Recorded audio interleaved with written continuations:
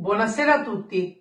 Anche per questa puntata, Attuali Talk ospita uno spazio dedicato a Il Veneto, il periodico fondato nel 1888, edito dall'associazione Identità Veneta e diretto dal giornalista e documentarista Matteo Venturini.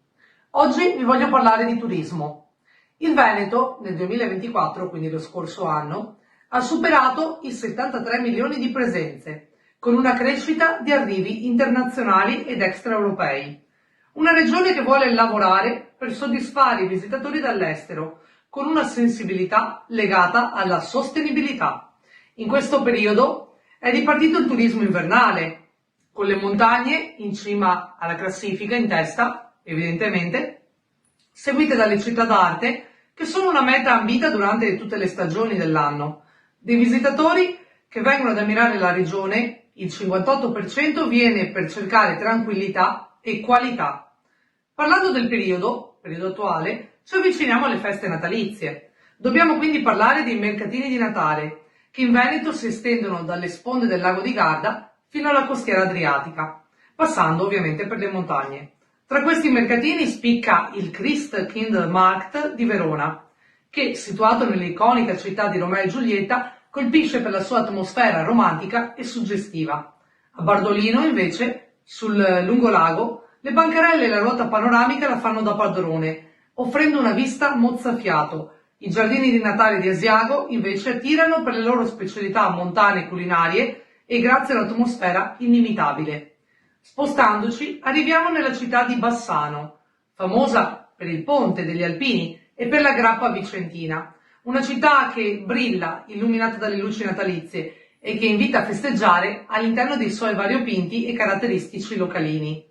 A Jesolo, invece, il suo mercatino è composto da oltre 70 stand. E poi c'è la casa di Babbo Natale, i 2 grandi alberi decorati, però la vera attrazione di Jesolo è un'altra.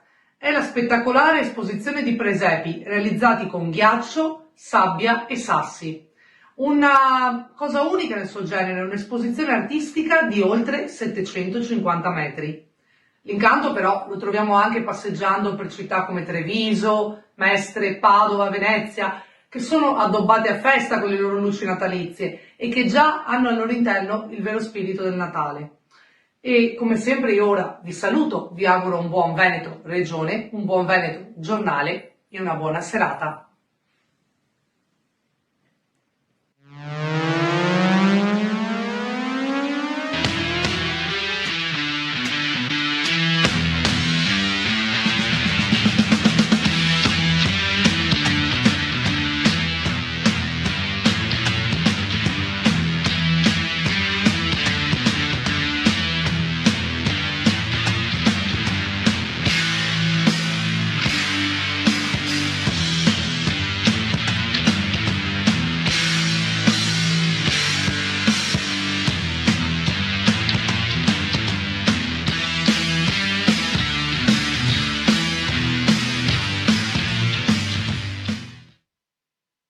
Buonasera e ben ritrovati ad Attuali Talk. Io sono Matteo Venturini e anche questa sera siamo in onda su Caffè TV24 a parlare di temi di attualità. Caffè TV24 che si raggiunge attraverso il canale 88 per il Friuli Venezia Giulia, 112 per la Lombardia, 85 per il Veneto orientale, per il resto dell'Italia e del Veneto in generale, 133, freccia su, selezionare Regione Veneto e poi Caffè TV24. Ecco, allora andiamo a presentare i nostri ospiti oggi presenti in studio e partiamo da Fabio Casetto. Buonasera Matteo e ben ritrovati a tutti. Poi abbiamo la nostra ospite Cristina Acciucarro, fotografa internazionale. Buonasera a tutti. Dalia Martuseviciute, presidente della comunità lituana in Italia. Buonasera. E Jacopo Cepparo. Buonasera a tutti.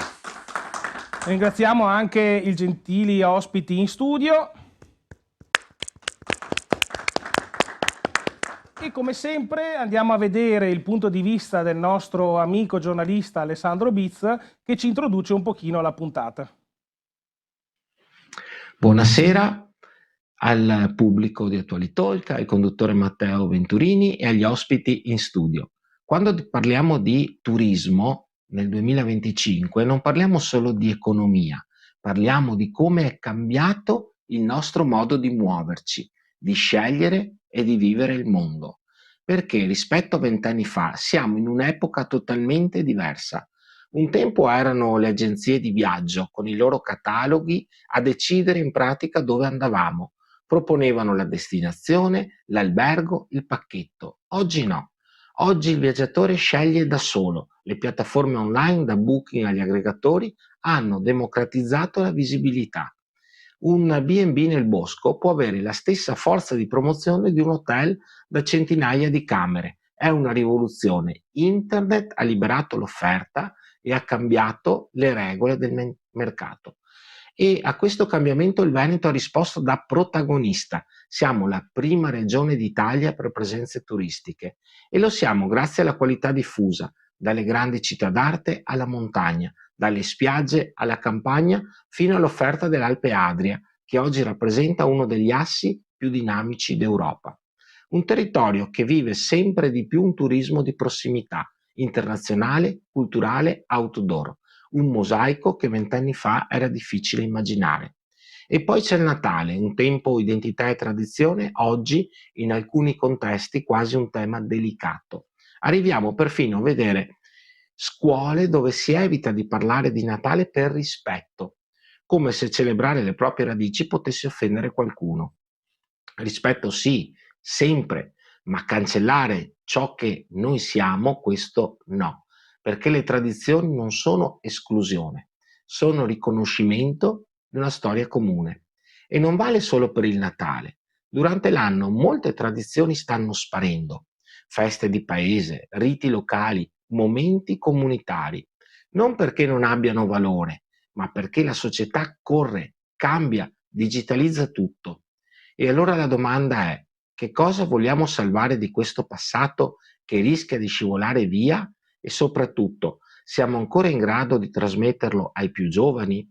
Il 2025 è un anno di transizione e questo cambiamento fa discutere, entusiasma, ma mette anche un po' di timore. Ci affascina l'idea di una società più aperta, più connessa, più libera nelle scelte, ma ci interroga il rischio di perdere l'identità, le tradizioni, i legami. Siamo davvero pronti a questo passaggio? Che cosa vale la pena portare con noi nel futuro? Buona puntata di Attualitalk. E grazie ad Alessandro Bizze per il prezioso contenuto che va appunto ad anticipare gli argomenti della serata. Come avrete capito, sicuramente si parlerà di turismo, ma anche di costume e società. In modo particolare andremo ad affrontare le tradizioni. Partiamo con la prima domanda che pongo ai miei ospiti. Come valutate il turismo globale nel 2025? E partiamo da Cristina. Buonasera di nuovo a tutti e saluti ai telespettatori da casa. Allora, riassumerei così. Internet, viaggiamo nella rete che ci fa scoprire. Trasporti, perché viaggiamo nello spazio, i voli low cost, a basso costo, accessibile a tutti, che ci porta ovunque, che ci fa scoprire la cultura, la spiritualità, gli incontri attraverso dei viaggi. Parlando dei viaggi, ho fatto un viaggio in Perù, nel quale uno dei viaggi sono riuscita a visitare la Cina, quindi con questo viaggio sono riuscita a scoprire e a crescere. Sono riuscita anche a creare un libro, Il canto della terra, che mi ha fatto scoprire tante belle cose. Quindi questo ha creato anche il turismo globale in questo 2025. E infatti ecco, volevo dirlo perché la nostra Cristina è, come ho accennato prima, fotografa internazionale. Cosa vuol dire che, e lo vedremo anche più avanti, avremo anche modo di vedere a video qualcosa mentre sta parlando, racconta quello che non solo il turismo ma anche le tradizioni di tutto il mondo attraverso la fotografia. Passo la parola a Dalia e sentiamo il suo punto di vista. Magari ecco, presentati anche tu che così diciamo chi sei. Buonasera, io sono Dalia e vivo in Italia da più di 25 anni e le mie origini sono lituane. Quindi la mia esperienza di turismo è in primo luogo come un emigrato e dopo anche un rimpatriato, nel senso che ovviamente il mio spostamento è molto vincolato anche al ritorno alla visita della mia casa. Ok, e come lo vedi questo turismo globale nel 2025? Allora, a livello globale io posso osservare che sicuramente è diventato molto più facile viaggiare e si è aperta probabilmente anche quella possibilità del viaggio mordi fuggi, del last minute, quindi è tutto diventato molto più accessibile, più veloce. Anni fa, quando io sono arrivata in Italia, per organizzarsi anche solo il viaggio di rientro a casa, questo richiedeva molto più impegno e anche economicamente. Ecco, e quindi io adesso passerei la parola a Fabio, che è un gran viaggiatore, quindi può portarci anche degli esempi personali. Ma sì, allora, premesso che per quanto mi riguarda viaggiare è qualcosa di fondamentale nella vita di una persona, perché comunque permette di scoprire altri mondi, nel vero senso della parola, ma permette proprio di avere una visione del mondo e delle persone totalmente diversa rispetto a chi magari non ha la fortuna di uscire dalla propria tana, ecco, diciamola così. Comunque viaggiare è importantissimo, viaggiare si scoprono davvero tantissime cose, ma semplicemente dagli usi, costumi, le persone, per non parlare poi anche dei paesaggi, di quello che si può scrutare. Però al di là di quello, quest'anno comunque ho avuto la fortuna, insomma, sono reduce da un viaggio in Giappone, qualcosa di incredibile. Spero presto di andare in Perù, è in programma il Perù, quindi magari ne parleremo in altre puntate di questi bellissimi paesi. Comunque, 2025 è stato l'anno, come chi mi ha preceduto, anche Biz e anche Meshua nella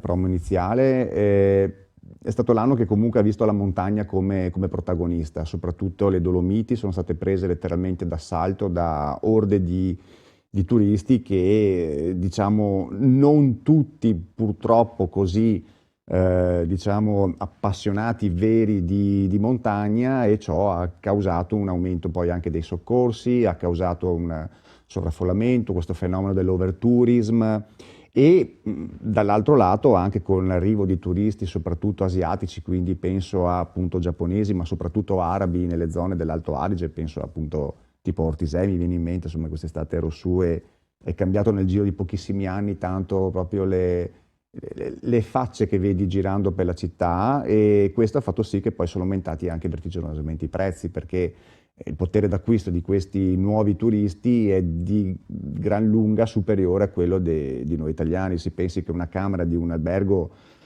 medio di Ortisei, che magari erano in piena stagione d'estate sui 350 euro a notte, lo stesso albergo a distanza di 2 anni ci vogliono almeno 500 euro a testa a notte, e questo non è che ha sfavorito, anzi c'è sempre il pieno, ma i turisti, ripeto, non sono più le solite famiglie italiane, ma sono questi nuovi turisti.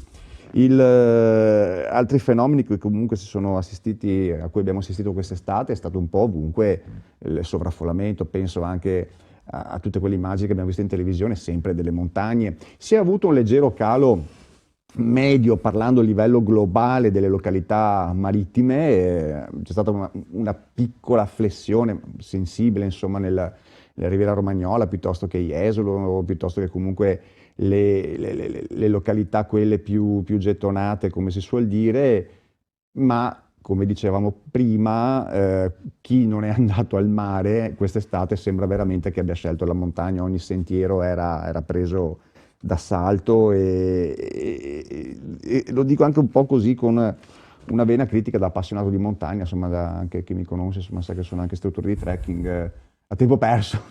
e quindi trovare, incontrare nei sentieri persone che con la montagna poco c'entrano, poco, diciamo, sì, hanno anche poco rispetto di questi bellissimi territori, fa un po' riflettere, il fatto che dicevano prima anche le ospiti, prima che i viaggi low cost, la facilità, no, di prenotare viaggi, la facilità di avere un telefonino in mano, scorrere, vedere i reel di questi posti bellissimi, mettono i like, voglio andarci e vanno semplicemente per scattare un selfie o per così dire io c'ero, piuttosto che per apprezzare. C'è una località, poi Matteo interrompermi se mi lungo, c'è una località bellissima, gettonatissima, instagrammatissima, se si può dire questa parola, sulle Dolomiti, che è il Seceda, questa montagna stupenda che sta appena sopra Ortisei. Matteo lo conosce benissimo tra l'altro, e un posto dove ci si arriva sì con la funivia, e proprio per il fatto che ci si arriva comodamente con la funivia abbiamo visto al telegiornale quest'estate code lunghissime, turisti che arrivano su, si scattano il selfie e tornano giù, tanto che da costringere un coltivatore che è proprietario di alcuni terreni proprio lungo questo sentiero di mettere un tornello, il famoso tornello che si è parlato quest'estate dei 5 euro. Ci sono passato, ho scambiato qualche parola insomma con questo personaggio, e appunto proprio per, diciamo, fungere del deterrente. Però come dicevo prima, 5 euro per chi, diciamo, ha un potere d'acquisto che spende 500-600 euro al giorno all'albergo, insomma, fanno anche un po' sorridere, diciamo. Però magari spieghiamo perché è stata fatta questa cosa, perché altrimenti viene fuori la critica facile. Giusto, allora è stato fatto per un motivo, per due motivi. Allora, parlando proprio con questa persona che poi è stata anche intervistata, ho visto più di una volta. Allora, è stato messo fuori arrivati in quota 2400 metri della funivia del Seceda, inizia due sentieri si dipartono. Il primo è quello che arriva fino al crocifisso, e il secondo quello che prosegue per poi andare al punto il secondo punto dove la gente arriva lì, perché c'è comunque un precipizio, si vedono le Odle, si vede la Val di Fune, insomma un posto bellissimo, la gente si fa il selfie su questo strapiombo. Per passare su questo sentiero, o meglio, per arrivare a questo punto si passa un sentiero, e questo sentiero, diciamo, passa per la proprietà di un contadino, ma comunque di un consorzio agricolo. Lì in Alto Adige sono questi consorzi dove comunque i sentieri del CAI sono autorizzati a passare, però passavano talmente tante persone, queste persone anche molte purtroppo non rispettose, lasciavano diciamo dei ricordini, spazzature piuttosto che altro lungo il sentiero, o comunque creavano molta confusione e situazioni anche di pericolo, che hanno indotto, diciamo, questa persona a mettersi lì e scrivere viewpoint, punto panoramico, in un cartello per indicare il punto, che se vuoi proseguire in andata paghi 5 euro. Chi invece sale a piedi, come sottoscritto, che parte appunto da Santa Cristina, quindi si fa una bella salita di un paio di ore per arrivare su, invece chi arriva dall'altra parte giustamente, insomma, non paga, perché comunque diciamo, è salito per altri scopi piuttosto che quello per il selfie, o piuttosto che per quel, diciamo, salita mordi e fuggi atta soltanto a, appunto, come dicevo prima, farsi un selfie. Ecco, potremmo andare avanti oltre, ma per chiudere sintetizziamo con l'anno dell'overtourism. Abbiamo imparato questa parola nuova, e come dicevano appunto le ospiti che hanno predeceduto, della facilità del viaggiare, indotti anche appunto dai reel di Facebook, da queste pagine Facebook che invitano tutti a raggiungere questi posti così instagrammati. Prima di passare la palla a Jacopo, volevo giusto aggiungere un dettaglio che molto spesso è sottovalutato, anzi sempre sottovalutato. Le mete turistiche, diciamo, gratuite, cioè quelle naturali, certo sono accessibili, ma richiedono una manutenzione continua. È ovvio che se un sentiero viene rovinato da 1000 persone quando prima erano 100, richiede il triplo della manutenzione, quindi assolutamente in questo caso è stata necessaria un'azione del genere, sì. Molto criticata, ma di fatto è Difatti è assolutamente così. Jacopo? Io sono un divanaro di quelli duri, invece, cioè, non andrei mai da nessuna parte. E quello che hai appena detto, Fabio, però mi fa convincere che devo ancora stare più seduto, perché, cioè, dove vanno tutti mi vanno dall'altra parte, possibilmente a casa. Io penso che i viaggi si facciano nei luoghi possibilmente senza troppa gente intorno, si facciano nel tempo, tipicamente a Venezia, uno va a Venezia per vivere 1000 anni dietro nel tempo, e in alcuni casi però scappando da se stessi, quindi preferisco i viaggi un po' più introspettivi, appunto più solitari e possibilmente mirati a un qualcosa di enogastronomico, personalmente. L'ultimo viaggio che ho fatto, effettivamente utilizzando bed and breakfast, quei siti di prenotazione, tanto gasolio con la macchina a 7 posti ben capiente, e mi sono visto l'Italia per lungo, perché ho fatto finalmente, nonostante il terrore di mia moglie, la Salerno-Reggio Calabria col passaggio dello stretto, e sono andato in Sicilia a mangiare tanti cannoli e a vedere l'Etna. Però con la mia famiglia, quindi è stata anche un po' l'occasione per stare insieme, per fare un viaggio, per vedere l'Italia. L'overtourism in Veneto non mi sorprende, insomma abbiamo pare le montagne più belle del mondo, e quindi abbiamo una delle 2 o 3 città più iconiche del pianeta, e tutto sommato anche da questo punto di vista sono molto d'accordo nel selezionare la tipologia di turismo. Forse addirittura non abbastanza, nel senso che se consideriamo, al netto dei selfie e quindi del sono andato là perché lo fanno tutti, che vabbè, lì bisognerebbe spingerli su quel dirupo, no, non si può dire. Non si può dire, no, come non detto, rewind. E bisognerebbe addirittura trattarli, questi posti dello spazio e del tempo, come dei musei, quindi addirittura fare delle visite guidate in cui vedi quello che ti faccio vedere io, però io guardo te che tu non rovini le robe, come è successo, ahimè, a Venezia con le ultime mattane della Greta, che oltre al clima vuole fare cose. Vabbè. Quindi, io sono invece controcorrente, strano, vero? Ma ci vuole sempre la controparte, quindi... Passiamo alla seconda domanda. Turismo e periodo natalizio, ormai ci siamo, manca pochissimo. Cosa è cambiato rispetto a 20 anni fa? E ripartiamo con Dalia, magari anche con qualche esempio della Lituania, del tuo paese, che così... Lo scopriamo.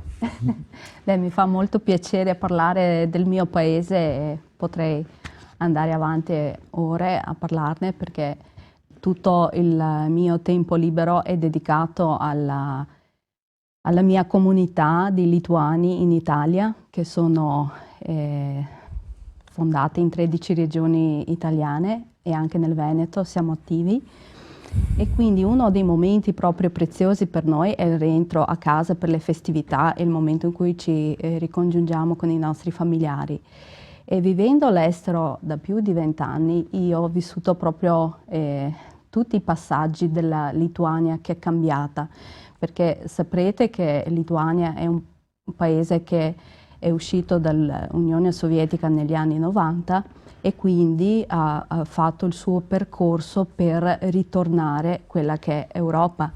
E oggi Lituania è un paese europeo, noi paghiamo con l'euro, si viaggia con la Ryanair e siamo anche il confine della NATO, quindi nonostante tutto questo ancora siamo poco conosciuti, perché ho dato un'occhiata ai dati, e Lituania, che ricopre un posto, uno spazio 3 volte tanto di Lombardia, a differenza di Lombardia abbiamo solo 2.800.000 abitanti, che sono molto pochi, quindi abbiamo uno spazio grande, una natura abbastanza incontaminata, poco industrializzata, e quindi offriamo al visitatore questo spazio, questa esperienza a contatto con la natura. Quindi Natale, voi dovete immaginare un paese che ha poche ore di luce d'inverno, quindi quando avevamo poco turismo anche tornare a casa rappresentava una grande sfida, perché era proprio uno shock a livello di luce passare dall'Italia, dove hai comunque vivi la tua giornata, ad un mondo dove tu ti svegli, cominci la tua giornata e chiudi la tua giornata appena iniziata, passi la maggior parte del tempo al buio. E quindi questo porta ad una grande introspezione, ed ecco perché in Lituania si sono sviluppate queste tradizioni profonde dello stare insieme, di stare in casa, di fare la sauna, di stare al caldo, di avere le luci, avere le case molto accoglienti. E oggi anche nelle città, con il flusso turistico, c'è comunque molto da socializzare, da vivere. Ci sono le caffetterie che offrono il wifi gratuito, si possono leggere i libri, entrare liberamente nella Biblioteca Nazionale, ci sono tanti spazi di condivisione adatti al smart working, al tempo libero, al socializzare, tutto quello che porta le persone a stare insieme. Grazie, e ripasso la parola a Cristina. Allora, noi venendo ho l'origine paraguayana, vengo da una famiglia molto numerosa, quindi è il momento di Natale, il momento di raggiungimento familiare nel quale i 12 fratelli, sorelle, è un momento di incontro, di ritrovo. È il momento della creazione del presepe, è il momento di... abbiamo da piccola una tradizione dal luogo dove sono nata, della creazione dei presepi, e il giorno di Natale di andare e cantare nelle case. Come premi ricevavamo dei dolci, e quindi noi eravamo molto, molto contenti. Invece cosa è cambiato? Adesso un po' il mondo è molto più frenetico, quindi la maggior parte delle famiglie adesso viaggiano di più, escono di più, vanno a visitare i mercatini, vanno a conoscere anche altri luoghi in Natale, visitando altri presepi, è un po' più, direi, anche più luminoso in questo senso. La differenza che c'è è tornando all'esempio di prima della creazione dei presepi, adesso vediamo questi luci, le piazze con tutte queste luci artificiali bellissime, illuminate, e quindi è un po' più anche più comunitario, diciamo, più anche un po' commercializzato, ma bello, non dobbiamo perdere questo spirito natalizio. E Fabio, sentendo un po' quello che diceva Cristina, mi viene in mente i nostri anni 80, quindi 30-40 anni fa, solo che sono arrivati adesso da voi, quindi è molto particolare questa cosa. A parte che sentendo le narrazioni appunto di Cristina e Delia mi è venuta voglia di andare a visitare i vostri paesi, perché sinceramente sono stato molto vicino in Estonia, sono stato, quindi insomma adesso mi è venuto, mentre il Paraguay mi manca completamente, l'America Latina è in programma un viaggio Perù-Colombia, quindi magari dopo ci dai una mano a pianificare, ci date una mano. No, comunque sì, allora per quanto riguarda un paragone con 20 anni fa, no? Più o meno il lasso di tempo, più o meno quello che è già stato detto anche prima, ripeto un attimo, quello che è cambiato è un po' la velocità, no? del muoversi, no? È molto più facile, nonostante siano passati solo 20 anni, un'epoca comunque già digitalizzata, perché già 20 anni fa comunque avevamo internet, avevamo molti strumenti, però ancora si andava in agenzia di viaggi, si guardava un catalogo e ti veniva prenotato e tutto, adesso invece ci si prenota tutto col telefonino e via. Comunque sì, ecco, c'è stata un'accelerazione sicuramente rispetto alla modalità di scegliere e prenotare un viaggio, ma anche la facilità grazie ai voli low cost, Ryanair che ha citato prima mi ha preceduto, che raggiunge mete che magari fino a qualche anno fa erano impensabili o troppo costose. Poi c'è anche da dire che per vari motivi sono cambiati un po' anche i modi di viaggiare, anche per colpa dei cambiamenti climatici. In montagna a Natale fa sempre più caldo, quindi non abbiamo più le settimane bianche come si facevano negli anni 80 o fino a poco tempo fa, sia perché comunque sono diventate proibitive anche come prezzi, quindi non tutte le famiglie possono permettersele, ma comunque in ogni caso non c'è più la neve copiosa di 20, 30, 40 anni fa, e quindi magari il turista non per forza montano, sciatore che magari una volta ci andava perché così la montagna era associata al Natale, adesso diciamo riempie magari le città d'arte, però svuotandole un po' di identità, perché comunque si è passato un po', come diceva appunto anche prima Delia, non si è passato un po' a una commercializzazione un po' del Natale, si sta andando sempre di più verso una perdita di tradizioni e di valori del Natale a favore invece della commercializzazione. Pensiamo che abbiamo i panettoni già a fine settembre nei centri commerciali,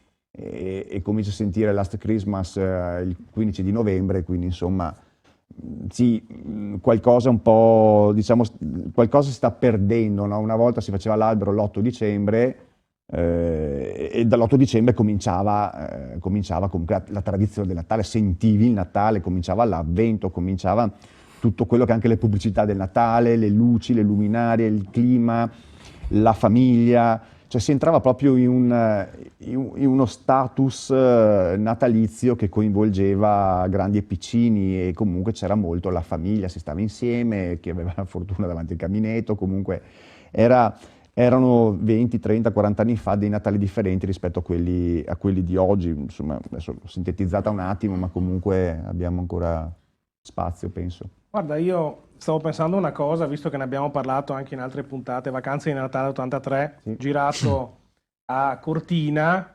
hai prima nominato la mancanza di neve, adesso non a Cortina chiaramente, ma in altri posti, e in effetti a livello turistico invernale barra natalizio si sta notando un grande cambiamento, cioè le località turistiche estive, quindi il mare, adesso sta riempendo. Stanno vendendo un sacco anche a livello, ecco, ne parlava prima Messua sul discorso di Jesolo, ma non solo, quindi faranno Vacanze di Natale a Jesolo, sarà il prossimo film. 9 anni, dal 2016 se non vado errato, che Jesolo ogni anno fa questo Jesolo Christmas Village, Perché la tendenza sta cambiando. Ma io ci sono stato 2 o 3 edizioni, sono stato le primissime tra l'altro, e già all'epoca, che era un esperimento, mi ricordo essere un mercatino enorme. Poi menzionavi Cortina, vabbè, insomma, per chi segue la trasmissione sa che Vacanze di Natale per il sottoscritto è uno stile di vita, no? Passatemi la battuta del film. E, no, piacerebbe. Piacerebbe. Sì, no, Cortina quest'anno lasciamola da parte, perché si aprirebbe un capitolo a parte, sta vivendo comunque l'avvento delle Olimpiadi, con cantieri in ritardissimo, con poca neve prevista, faremo una puntata dedicata, quindi sì. difatti la teniamo per un attimo da parte. Jacopo. Beh, intanto una riflessione sulla Lituania, vero? Non vorrei, ecco. A proposito di viaggi, è stato un un viaggio politico, no? Da un regime ad un altro, mi verrebbe da dire, ma sono di parte. Il Natale, sì, sono d'accordo con Fabio, nel senso che doveva essere una festa di pace, una festa anche di povertà, una festa di famiglia. È stata talmente tanto commercializzata che Babbo Natale ha visto cambiare il colore della livrea da viola a rossa per motivi commerciali, cioè. E l'evoluzione e l'involuzione, io ricordo quando per le 2 domeniche prima di Natale i negozi stavano aperti. Adesso è degenerata sta cosa, che tutti i giorni, Sì. anche a Natale è aperto, il supermercato è aperto anche a Natale, cioè non ci si riesce E i più ristoranti anche. Ma quello posso anche capire, che i ristoranti si facciano il pranzo di Natale, cioè siamo in 200 persone perché la famiglia è estremamente grossa, a casa noi che sta, andiamo al ristorante, per quanto. Però Se è una festa di famiglia non possiamo far lavorare la gente nei supermercati, anche loro hanno una famiglia. Non lo so, belle le luci, bello tutto, lo spirito, come dicevate prima del Natale, come fai a recuperarlo? Come fai a vivere il periodo della rinascita, della luce, no? Da Natale iniziano le giornate a riallungarsi. Come fai a viverlo? Se giustamente i panettoni, io sono andato a prenderli un mese e mezzo fa. È stato tutto troppo commercializzato. È per questo anche che dicevo, un po' ironicamente, probabilmente a voi è andato molto meglio che a noi, dall'Unione Sovietica all'Europa, dalla padella alla brace, perché per quanto mi riguarda l'Europa è l'emblema del neoliberismo, non lo scopro io, ma di tutto quello che è in vendita, comprese le vite delle persone. Non mi piace.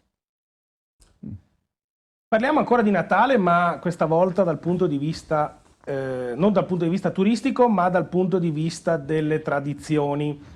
E anche qui cosa sta cambiando e cosa non deve cambiare, quindi questo è un punto di vista molto personale. E ripartiamo da Cristina. Allora, cosa sta cambiando? Abbiamo detto la velocità di come va tutto. La festa inizia già a settembre, quindi cosa non deve cambiare? Non deve cambiare il dialogo tra le generazioni. Il presepe fatto assieme, la tavola condivisa, la processione in paese, tutte queste, la parte più importante io direi il dialogo e la condivisione. Questo non deve cambiare. E in queste foto stiamo guardando le tradizioni, non Natale ma le tradizioni, questo è il Valle del Natisone e il Carnevale. Ecco, ne approfittiamo anche per guardare le foto che in realtà forse sarebbe stato più adatto vedere alla prossima domanda, ma comunque siccome poi continueremo a parlare di tradizione, approfittiamo anche magari se le vuoi commentare Cristina. Allora, queste sono il carnevale nel Valle del Natisone che si trova in Friuli. Vengono delle diverse balle e vengono tramandate anche da generazione in generazione, quindi sono eventi che fanno anche per attrarre i turisti, ma anche per conservare le tradizioni. Come fotografo, quindi questi eventi sono molto importanti per poter conservare come un momento non esagero, ma come storico. E in questa foto stiamo guardando la sacra rappresentazione fatta a Crostwitz in Germania. Sono una delle sacra rappresentazione che è molto importante in Italia, che ci sono. Ho conosciuto prima la sacra rappresentazione di Ciconicco, che si trova a Fagagna in Friuli, Ciconicco di Fagagna in Friuli. E grazie a questa associazione sono riuscita, è arrivato a me, sono riuscita a conoscere anche tutte le altre realtà che ci sono in tutta l'Italia, che sono diverse associazioni. Anche in Europa, che si trova totale più di 300 associazioni che fanno la sacra rappresentazione. Qua ci sono altre foto. Adesso dovrebbero, eccole qua. Ok, questa sono la sacra rappresentazione in Romania, Cismoliu, che fa parte di Europassione. In che occasione eri in Romania? In che anno è successo? Questo è nell'anno 2024, dell'anno scorso. È molto sentito. Questa zona è molto ungherese e quindi conservano questa tradizione. Invece nella foto che stiamo guardando sono la sacra rappresentazione di Ciconicco. Quindi... Ecco, beh, io direi un applauso perché comunque il vero piacere nostro sta nel vedere qualcosa che è stato rappresentato, ma prima ancora pensato, perché il fotografo non scatta semplicemente una foto, ma la pensa, la studia e deve trasmettere non solamente quello che viene visto, ma anche l'emozione. Riprendiamo con Dalia il discorso sempre del Natale, ma dal punto di vista della tradizione. Certo. Allora, volevo solo rispondere, visto che stiamo facendo questo dialogo intellettuale, che non provo nostalgia dei tempi passati, perché non sarei altrimenti qui a raccontarvelo e probabilmente non sapreste neanche che esiste Lituania. e quindi sono molto contenta e ho vissuto quegli anni e quindi questa è un'esperienza che ha segnato milioni di persone, milioni di vite e quindi siamo molto orgogliosi di essere usciti e essere entrati nell'Unione Europea. Per quanto riguarda invece le tradizioni di Natale, per lituani, che sono un paese cattolico, però noi viviamo ancora molto il nostro passato, il nostro background pagano, perché Lituania è stato uno degli ultimi paesi a convertirsi al cristianesimo, parliamo del fine 300, inizio 400, quindi queste tradizioni del paese agricolo molto legato alla terra sono presenti anche oggi che siamo un paese moderno e viviamo anche noi l'impatto della commercializzazione del Natale. Però per un lituano comune, diciamo, il Natale è rappresentato dalla cena di vigilia e la vigilia è diversa dalla gioiosità del Natale dove magari si festeggia, si incontrano gli amici. La vigilia pervade proprio questo senso di attesa e anche un po' di magia. Lo dico perché noi per esempio non facciamo il presepe, ma abbiamo questi riti che in qualche modo richiamano il paganesimo e si ricongiungono, si fondono con il cristianesimo. Vi faccio un esempio. La nostra cena inizia con uno scambio di augurio di pace, che è un elemento che si fa anche durante la messa, però noi abbiamo proprio queste cialde, queste ostie che rappresentano le scene natalizie di natività e ogni membro di famiglia ne ha uno. E anche i nostri cari, i nostri defunti, diciamo, persone della famiglia che non ci sono più, hanno un posto a tavola alla cena di vigilia e anche loro viene apparecchiato e lasciato il piatto, le posate, il cibo. E quindi noi iniziamo la cena con questo augurio, questa riconciliazione, dove un gesto semplice di rompere l'ostia e scambiarsi, fare proprio il giro di tavola con tutti i membri commensali, augurando la gioia e la pace, e il gesto che se io condivido il mio pane con il prossimo, alla fine del giro di tavola io ho preso un pezzettino del pane dell'altro e alla fine ho la stessa quantità di pane, però l'ho condiviso. E quindi questo è proprio l'inizio. Bellissimo. Che ho importato felicemente anche in Italia e noi ci scambiamo gli auguri così. E dopodiché c'è la preparazione della tavola, la tovaglia di lino, sotto la tovaglia viene messo per esempio il fieno, se è possibile ovviamente reperirlo, per fare anche i piccoli giochi di predizione del futuro, si versa la cera nell'acqua per vedere che anno sarà.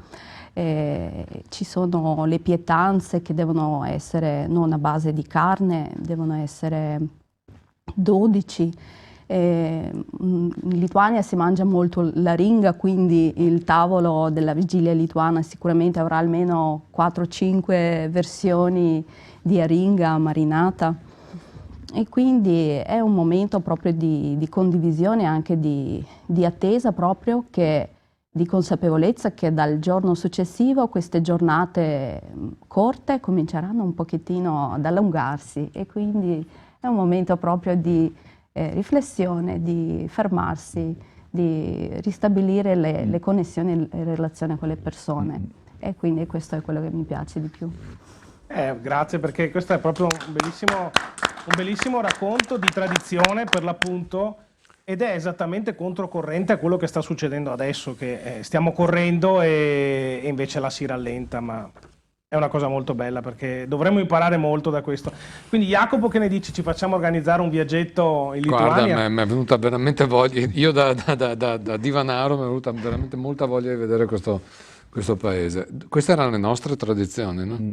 Però non 20 anni fa, 50 anni fa, anche di più. La magia di quando ero bambino, no? Aspettavi che passasse Babbo Natale, che portava i regali, l'attesa, la speranza, la comunità, la famiglia. Queste cose non dobbiamo perdere. Siamo ancora in tempo. Come possiamo fare però? Qual è la soluzione secondo te? La soluzione purtroppo penso sia politica, ma di quelle con la P maiuscola, nel senso che dovremmo capire chi vogliamo essere. Dobbiamo rincorrere cinesi e americani in una corsa all'intelligenza artificiale che intelligenza non è. Dobbiamo rincorrere i russi nella corsa a risorse naturali che loro hanno, noi no. Dobbiamo rincorrere chi siamo? Quali sono le nostre specificità? Siamo quelli che, sì, ma anche, nel senso che metà della stazione orbitante internazionale è fatta in Italia. Però perché è così? Perché una nazione che non ha un programma spaziale all'altezza di altri, per quanto sia il terzo al mondo, perché abbiamo l'artigianato, perché abbiamo imparato a fare le cose con le mani. Perché adesso anche lì c'è una questione anche molto demografica in tutto questo. Famiglie che hanno 8 nonni, 4 genitori e un nipote, è un po' dura portare avanti la magia del Natale, perché rischi di passarlo in casa di riposo. E mancano i bambini per la magia del Natale, ragazzi, sono quelli che fanno il grosso della magia del Natale. Ed è il secondo anno consecutivo che siamo sotto il tasso minimo di natalità. Se posso aggiungere una cosa, manca la cultura. Perché la cultura non è un problema per l'Italia. Non voglio dire qualcosa di troppo, ma io credo che trasmissioni che concedano uno spazio per parlare di questo ce ne siano gran poche. Fortunatamente abbiamo questo spazio e possiamo parlarne. Molti altri anche a livello nazionale non lo fanno, e quindi in questo senso manca la cultura, cioè la diffusione della cultura, la diffusione della tradizione, che sarebbe necessaria poi per riprodurla, diciamo molto semplicemente. Attenzione, perché cultura è la conoscenza mediata dalla morale, dall'etica, ok? Io posso anche essere d'accordo con il criterio di non facciamo più figli, accogliamo persone da altri paesi. Quello che mi spaventa è la velocità con cui questo viene fatto. Perché, qui concedetemi una piccola riflessione su cosa è per me l'italianità, riflessione peraltro nata da libri scandalosi di qualche tempo fa. E vi faccio una domanda. Qual è il miglior limone del mondo? Possiamo discutere se sia la costiera amalfitana o quello siciliano, comunque italiano. Da dove arriva il limone? Sud-est asiatico. Qual è il miglior pomodoro del mondo? Il cirio, cuor di bue, pachino? Italiano. Da dove arriva il pomodoro? Dalle Americhe. Potrei andare avanti con una lista lunga tanto. L'italianità per me è prendere una qualsiasi cosa, anche di non italiano, renderla italiana e farla diventare la migliore del mondo. Quindi per me non è un problema quello che viene da fuori dall'Italia, anzi è una ricchezza. Una cosa del genere per me è un qualcosa che mi aiuta a ritornare a quelle che sono le vere radici in realtà poi del cristianesimo, perché il cristianesimo non è una religione che ha per di più annullato il paganesimo di cui parlavi tu prima, anzi si è integrata molto bene, tanto più in quanto il cristianesimo è una religione di pace e di perdono, quindi in realtà è veramente universale da questo punto di vista. La velocità però con cui arrivano troppi input e per di più concentrati in troppo pochi posti, vedi Milano lo scorso Capodanno in cui ragazze sono state accerchiate con una precisa cultura islamica, quella che discultura probabilmente in realtà, perché probabilmente neanche quella è vera cultura islamica, in cui venivano accerchiate e umiliate apposta, ha un nome anche da loro questa cosa. E quindi la vedo dura, però insomma dai, ultimamente qualcosina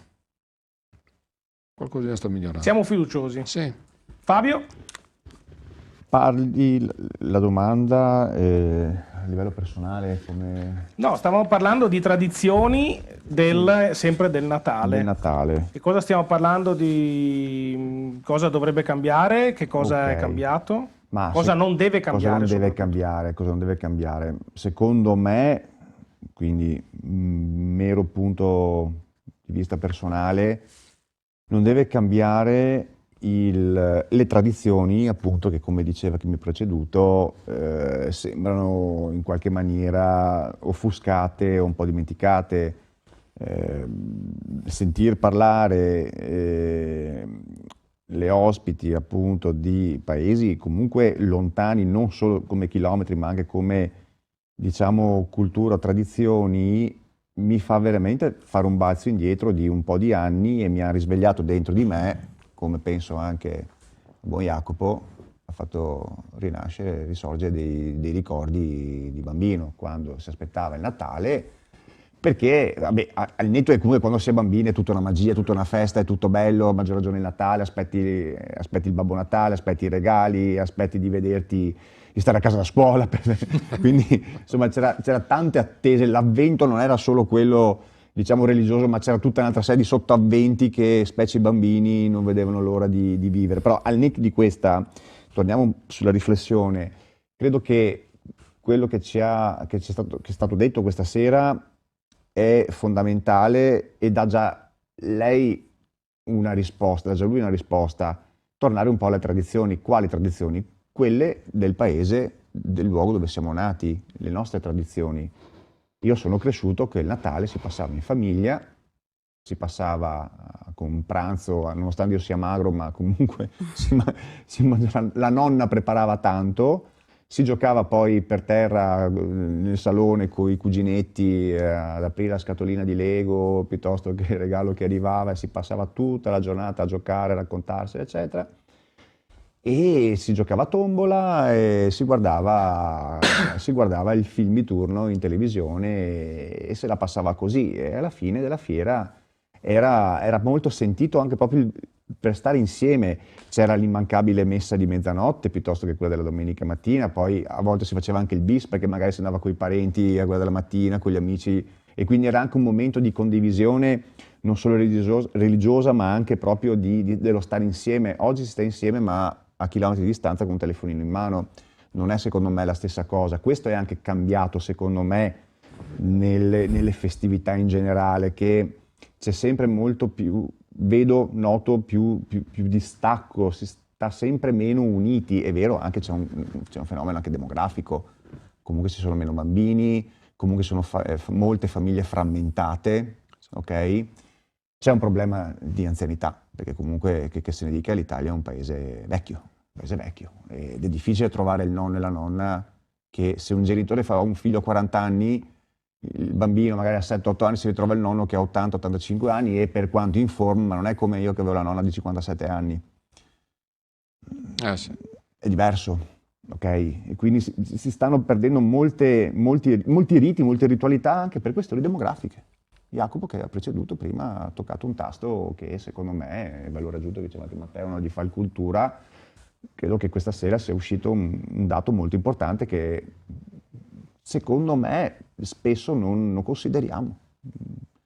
Non teniamo conto che è tutto collegato, a partire dalla società che cambia la società si sta anche in qualche maniera multiculturalizzando con i loro pro e contro, ma di fatto c'è questo fenomeno demografico che inficia molto.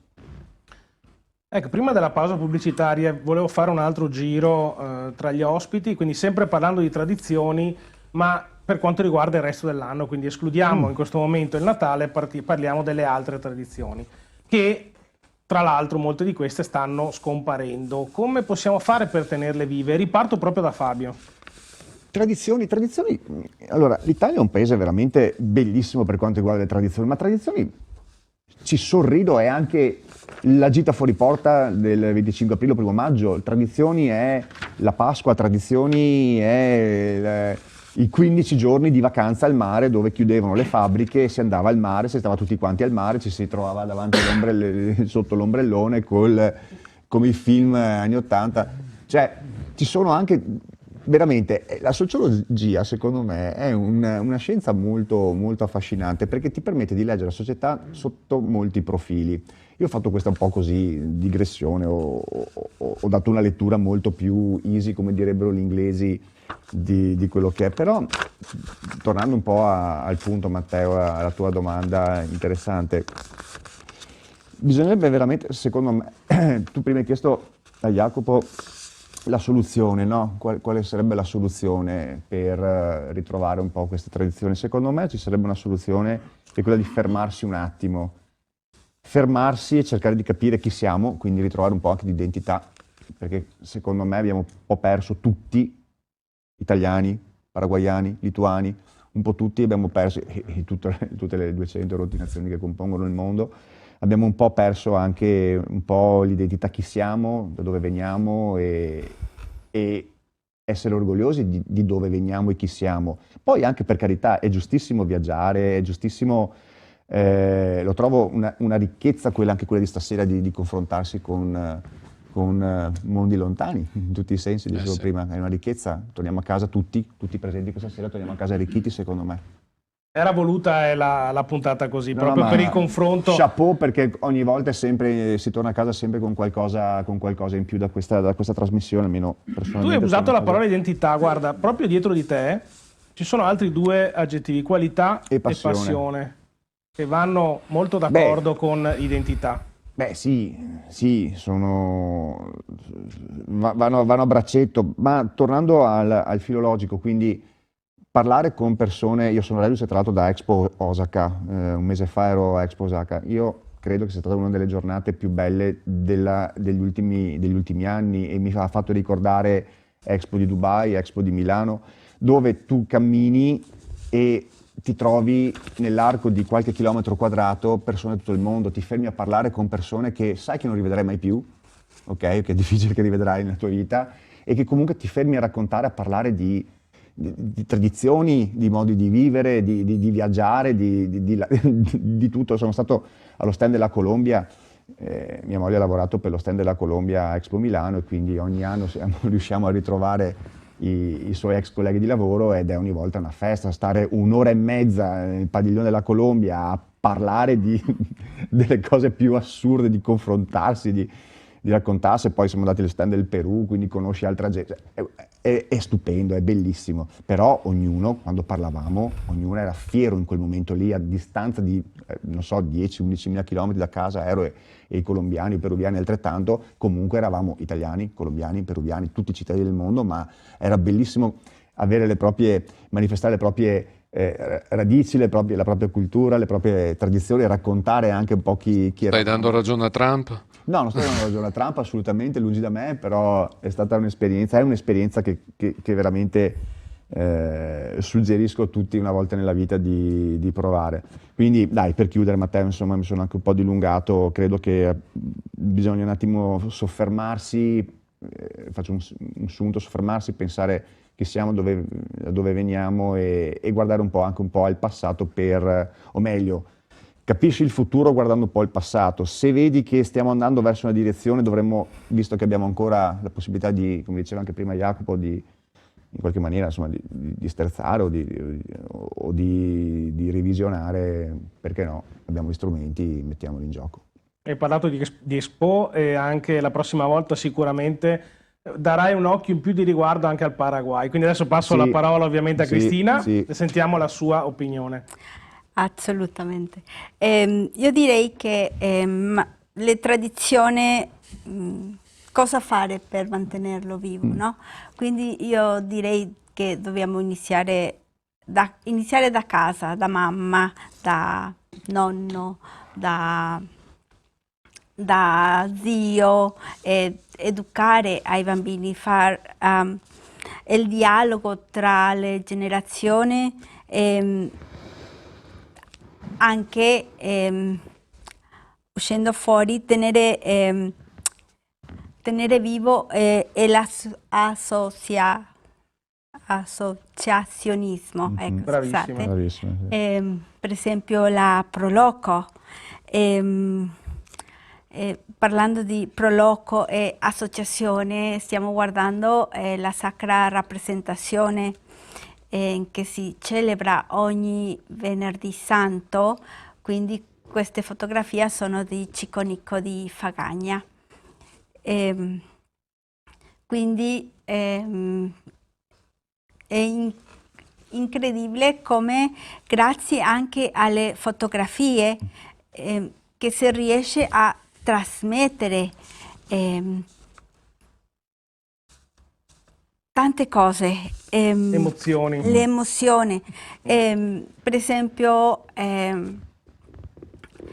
una persona mi ha detto: Cristina, io non conoscevo questa tradizione, non conoscevo questo luogo, ma grazie alle tue fotografie sono riuscita anche a vivere questa emozione di questa comunità e ti ringrazio. Quindi io sono rimasta anche commossa e felice che grazie a questo altre persone riescono a conoscere una tradizione.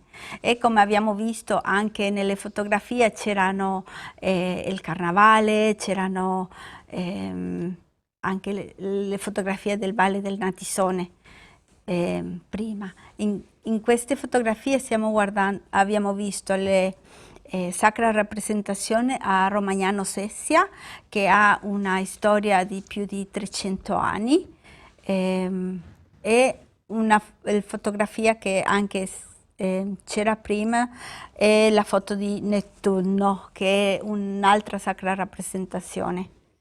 Quindi così. Beh. Ecco, allora Jacopo. Cosa possiamo fare per tenerle vive? Allora, partiamo da casa. Io personalmente, sentendo la mancanza di alcune tradizioni che mi sono mancate, proprio perché nella mia famiglia non c'erano, ho preso mio figlio, che all'epoca aveva 12 anni, ho avuto l'occasione, l'ho portato da un norcino e ci stiamo facendo insegnare a fare i salami. Bravo.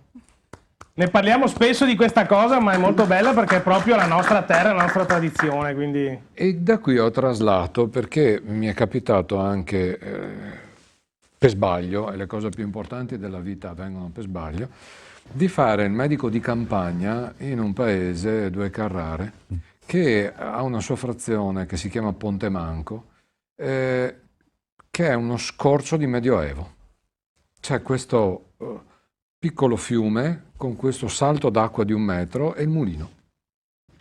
E da quel mulino arriva la fortuna di tutta la provincia di Padova nel Medioevo. Da quel mulino è venuta fuori la Cappella degli Obizi, Villa Obizi di Albignasego, la città di Cittadella, che difatti ha lo stemma dei carraresi, Due Carrare, il castello del Cataio. Vengono tutti da quel salto d'acqua lì. Cosa si faceva? Come siamo arrivati ad avere tutte quelle robe allora ed oggi? Quali sono i mestieri e le arti? Perché non rivitalizzarli sia sotto forma rievocazione, un po' mi sembra più quelli che fanno finta di fare le giostre, ma invece che fare i combattimenti facciamo una rievocazione di come si facevano le arti e i mestieri una volta? Non occorre 500 anni fa, basta 50. Siamo sicuri che quelle siano cose perse o peggio ancora da perdere? Vedete, quando nel 1992 siamo usciti dall'Europa, oddio, cosa dice questo?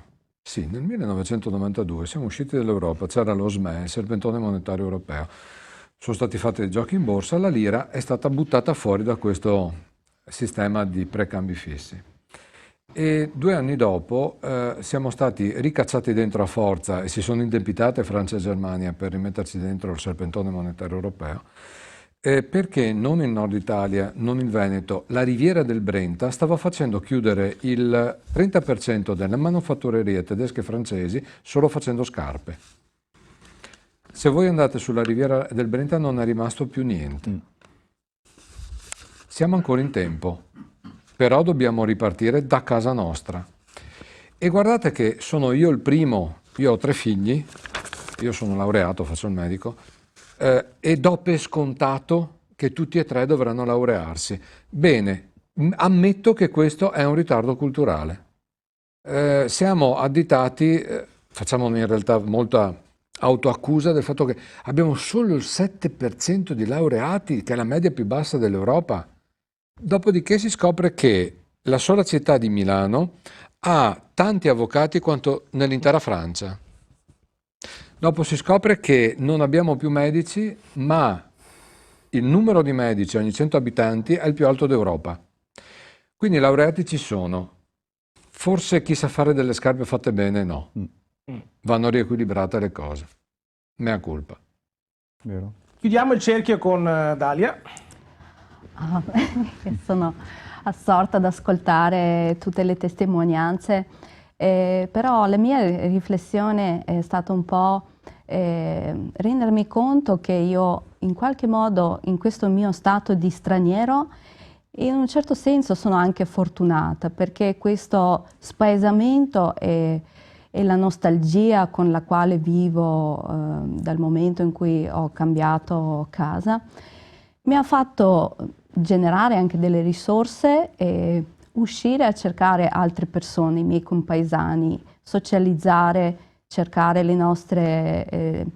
nostre tradizioni, posti e situazioni dove parlare la nostra lingua, ascoltare questi suoni musicali di una lingua che è considerata una delle più antiche nell'Europa. E quindi io penso che l'uomo deve, cioè noi siamo arrivati a comprendere la festa come alternanza tra lavoro e non lavoro. Invece il momento di festa, le tradizioni, deve essere quel momento in cui noi usciamo dalla nostra routine, non solo ci trasferiamo dalla scrivania o dall'auto sul divano nel centro commerciale, ma deve essere un tempo di qualità dove noi ricordiamo che siamo esseri umani, che siamo esseri viventi, che abbiamo bisogno della luce, abbiamo bisogno della natura, abbiamo bisogno di sorridere, abbiamo bisogno di giocare E quindi questa condizione, ecco, mi ha portato di stare molto tempo in mezzo alle persone, e in mezzo ai bambini, in mezzo ai miei compaesani. E noi, per esempio, una cosa terapeutica che facciamo spontaneamente, e spero che venga mantenuta questa tradizione, è cantare.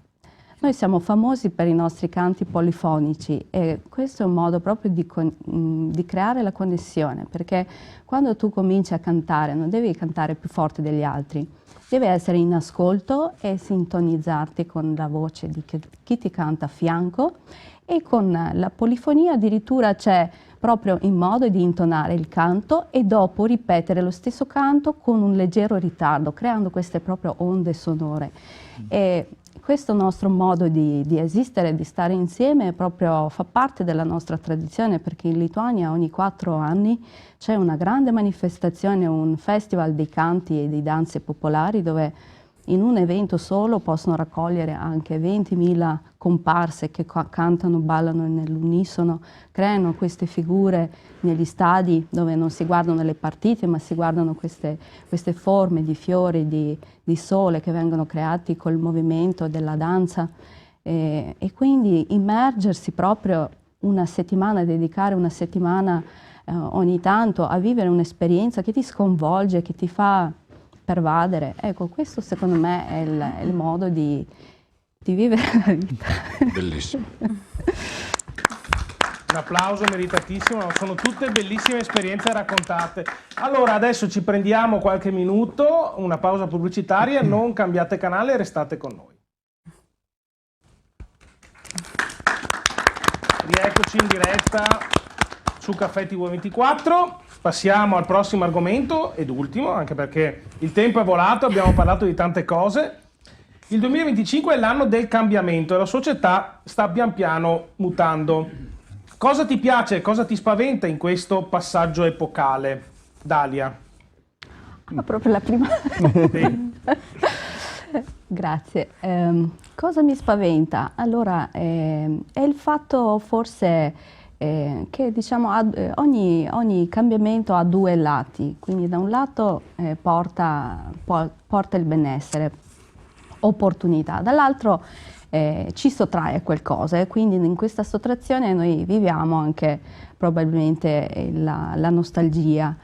E quello che noto io oggi è che noi siamo abituati alla velocità, ad ottenere tutto subito, veloce, informazioni veloci, tutto a disposizione, e quindi ci stiamo un po' disabituando magari anche alla lentezza, al sacrificio, alla perseveranza, alla meditazione, al raggiungere qualcosa, costruire qualcosa usando proprio il tempo come una risorsa.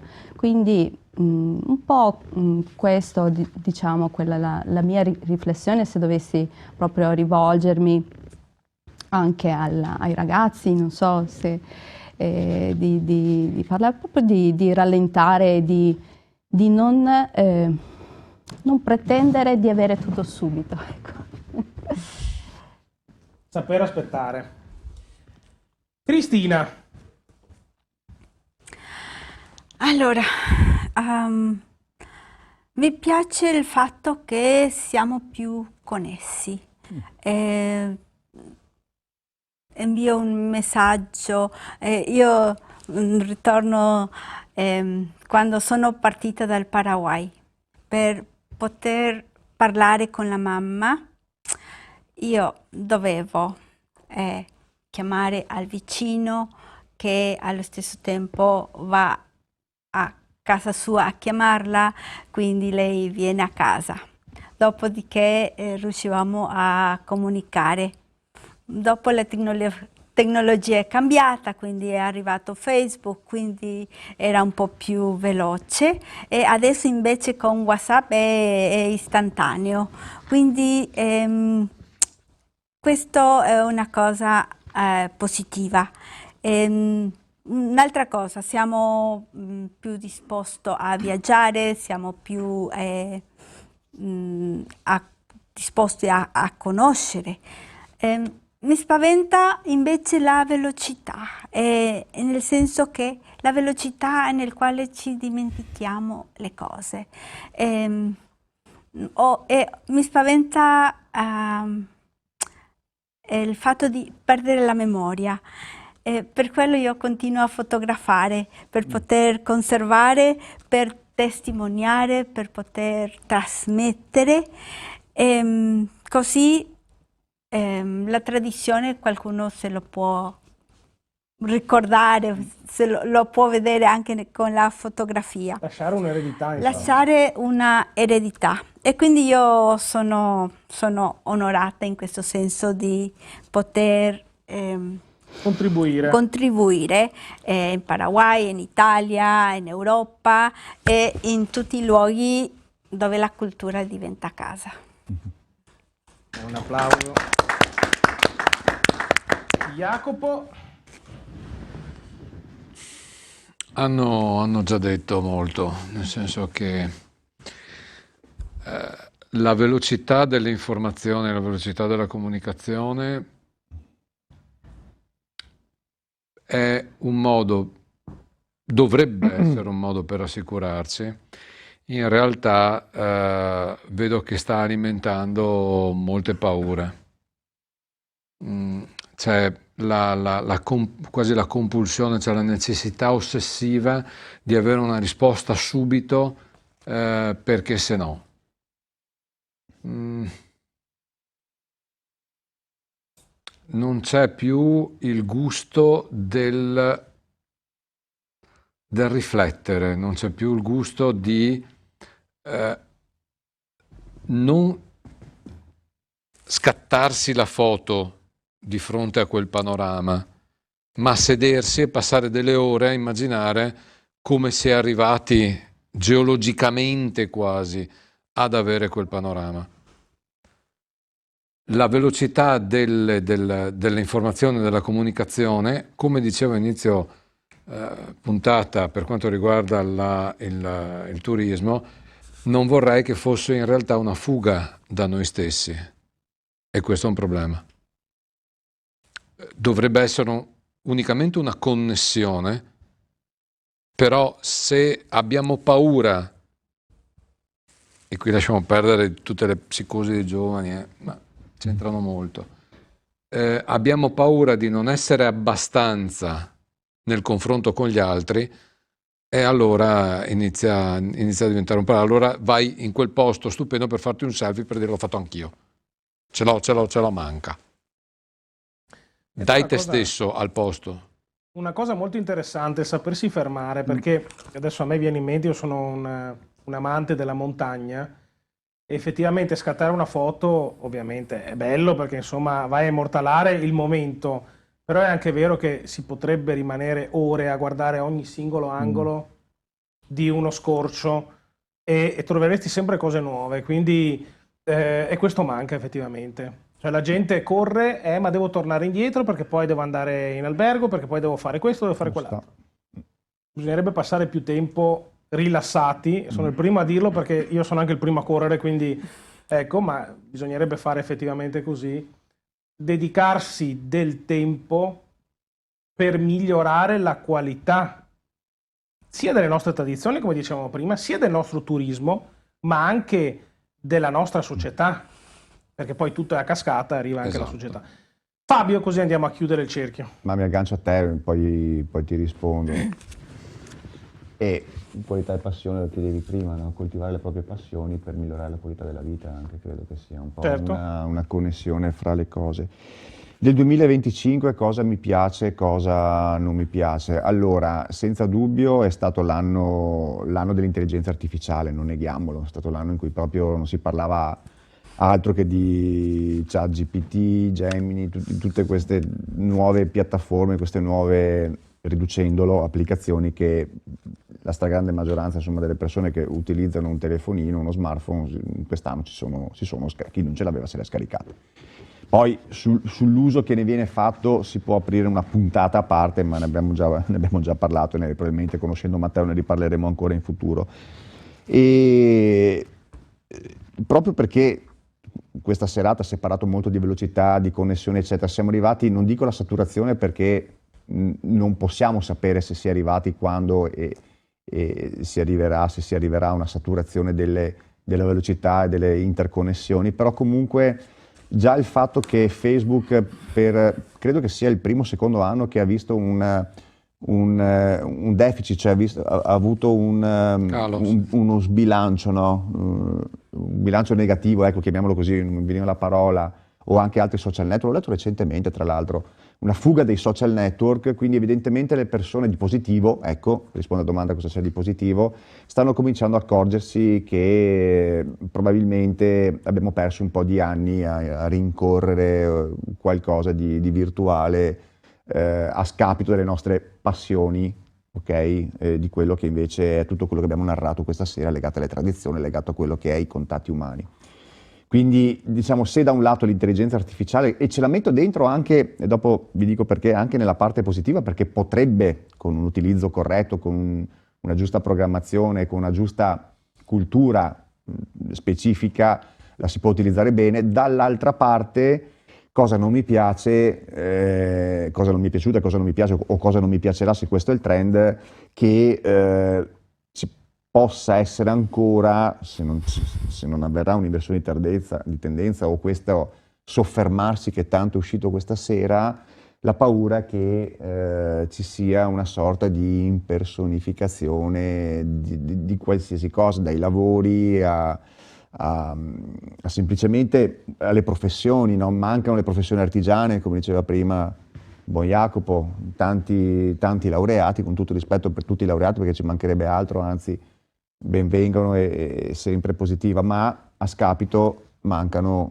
tutta una serie di figure, di professionalità che quest'anno si è notato tantissimo. Basta camminare sia nelle località turistiche ma anche nei centri delle nostre città, è tutto un cercasi di figure, con tutto rispetto, ma di profilo non così elevato, quindi si cercano delle figure che i giovani non vogliono più fare. Una volta non si vedeva l'ora che arrivasse l'estate per andare a fare la stagione estiva, perché comunque ti permetteva anche un'indipendenza economica. Oggi evidentemente non ci sono più le condizioni che spingono a fare dei lavori, chiamiamoli più umili, che comunque insomma sono i lavori che hanno permesso a molte persone poi di laurearsi, perché insomma presente.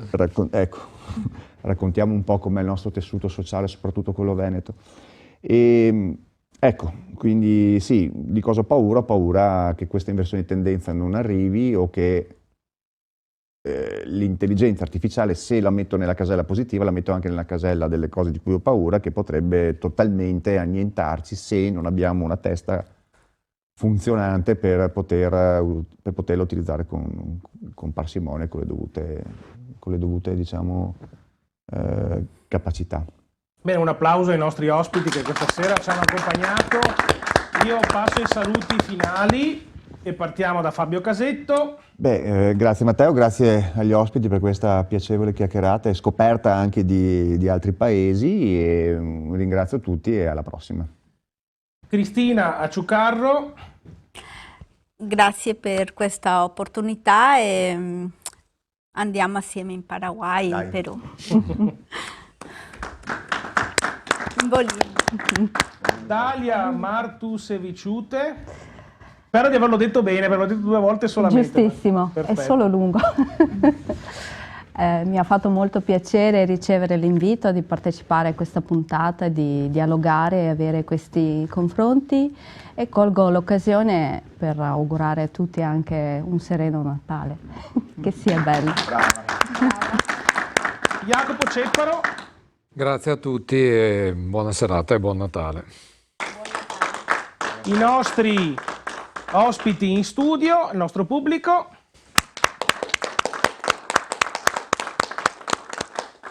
Io prima di augurarvi un buon Natale vi ricordo che la prossima puntata è fissata per il 13 gennaio sempre alle 21, e quindi, come appunto appena anticipato, vi auguro delle buone festività e ci vediamo presto col nuovo anno e un buon 2026. Grazie e arrivederci.